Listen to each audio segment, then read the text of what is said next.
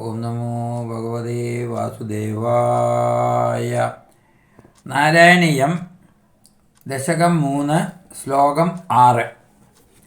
ഭക്തി ആദ്യന്ത മധുരമാണെന്ന് സമർത്ഥിക്കുന്നു. ഏപ്പത്തൂര്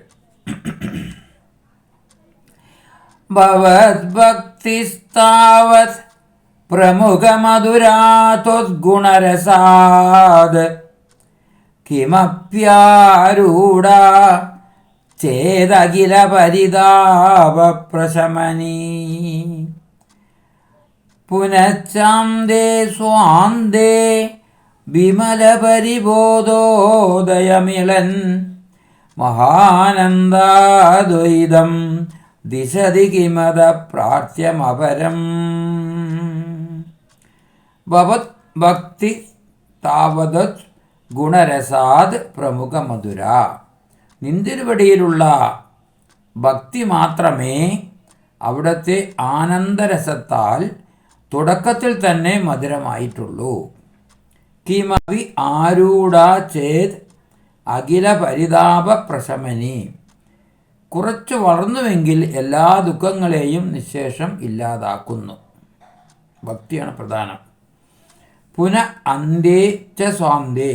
പിന്നെ അവസാനത്തിലാകട്ടെ മനസ്സിൽ വിമല പരിബോധോദയമിളൻ മഹാനന്ദാദ്വൈതം ദിശതി. തെളിഞ്ഞ ജ്ഞാനോദയത്തോടു ചേർന്ന പരമാനന്ദത്തിൻ്റെ ഐക്യത്തെ പ്രദാനം ചെയ്യുന്നു. ചിന്മയ ആനന്ദ് എന്നാണ് പരമാനന്ദം. അത് അപരം കിം പ്രാപ്യം. ഇതല്ലാതെ വേറെ എന്തൊന്നാണ് ആവശ്യപ്പെടേണ്ടത്? ജീവിതത്തിൽ സുഖവും ദുഃഖനാശവും ഒടുവിൽ മോക്ഷവും ലഭിക്കുക എന്നതിൽ കവിഞ്ഞ് ആർക്കും ഒന്നും വേണ്ടതില്ലല്ലോ. അതും മൂന്നും ഭക്തി കൊണ്ട് തന്നെ സിദ്ധിക്കുന്നു. ഭക്തി, അതിനാൽ ആ ഭക്തിയെ മാത്രമേ ഞാൻ ആഗ്രഹിക്കുന്നുള്ളൂ. മേപ്പത്തൂർ പട്ടതിരിപ്പാട്.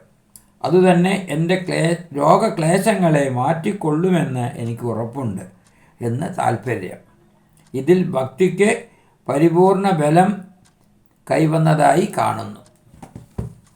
ഓം ലോകാഃ സമസ്താഃ സുഖിനോ ഭവന്തു.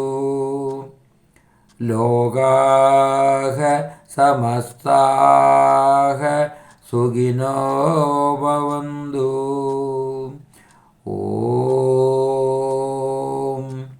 ലോകാഃ സമസ്താഃ സുഖിനോ ഭവന്തു.